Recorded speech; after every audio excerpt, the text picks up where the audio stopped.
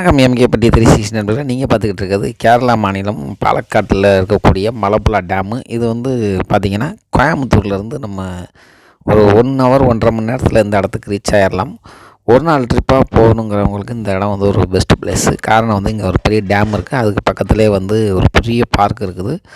அந்த பார்க்குக்கு ஒட்டின மாதிரியே வந்து பார்த்திங்கன்னா ரோப் காரு, அப்புறம் தொங்கு பாலம், இந்த மாதிரிலாம் இருக்குது. இந்த டேமை வந்து அப்போதைய முதலமைச்சர் காமராஜர் தான். அதுக்காண்டி அங்கே வந்து ஒரு நினைவு தூண் ஒன்று வச்சுருக்காங்க. அந்த நினைவு தூணில் நம்ம காமராஜர் பேர் போட்டிருக்கும். இது வந்து தொங்கு பாலம். அதுக்கப்புறமா வந்து பார்த்திங்கன்னா இந்த டேமுக்கு வந்து போகிறதுக்கு வெறும் ஒரு 30 ரூபா தான் வந்து உள்ள என்ட்ரி ஃபீஸு.